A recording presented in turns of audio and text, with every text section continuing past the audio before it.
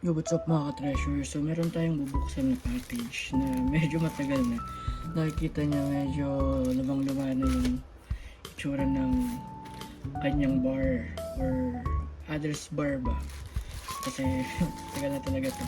Ngayon lang natin na ipang buksan. Kasi ngayon ko lang siya naalala. Na-delay rin kasi to nung may bagyo. So, hindi ko siya agad na buksan. Kasi nintay ko siya ng mga ilang days, then na-delay na naman. So ngayon lang tayo nagkaroon ng time nag-unbox. So nakikita nyo rin sa Shenron. Cute. Angas tignan. Anyway, so ayan. So nabuksan na natin. And, well, at least sealed mag-pack si seller. May isa pang layer of protective layer. Bago tayo makarating sa cart. So, fast forward natin ng konti. Mukhang maraming gupitan ito. So, yan. Naka-sealed pa rin. So, ano ba natin ito gupitin sa side kaya? Sa ibabaw natin siya gupitin.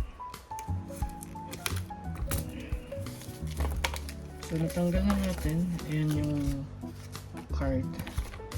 Fast forward natin ng konti kasi masyado maraming tape.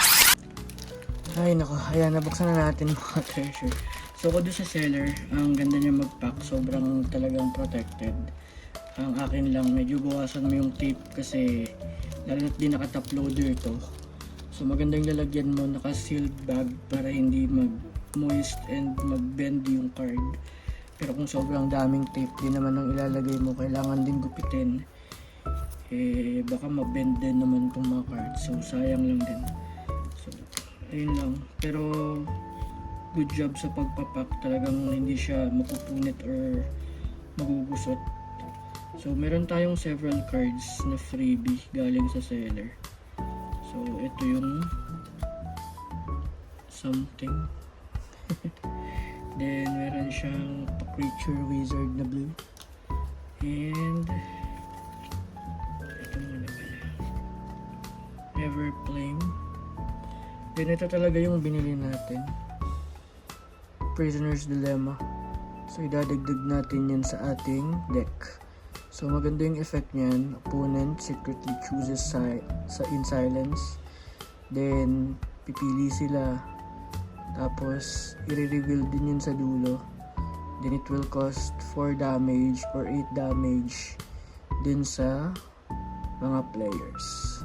Then 12 damage naman kung yung pinili nila ay silence something. Then may flashback na at least 7 reds. So maganda tong card na to. I-add natin to sa deck natin. So yun lang, share ko lang. Peace.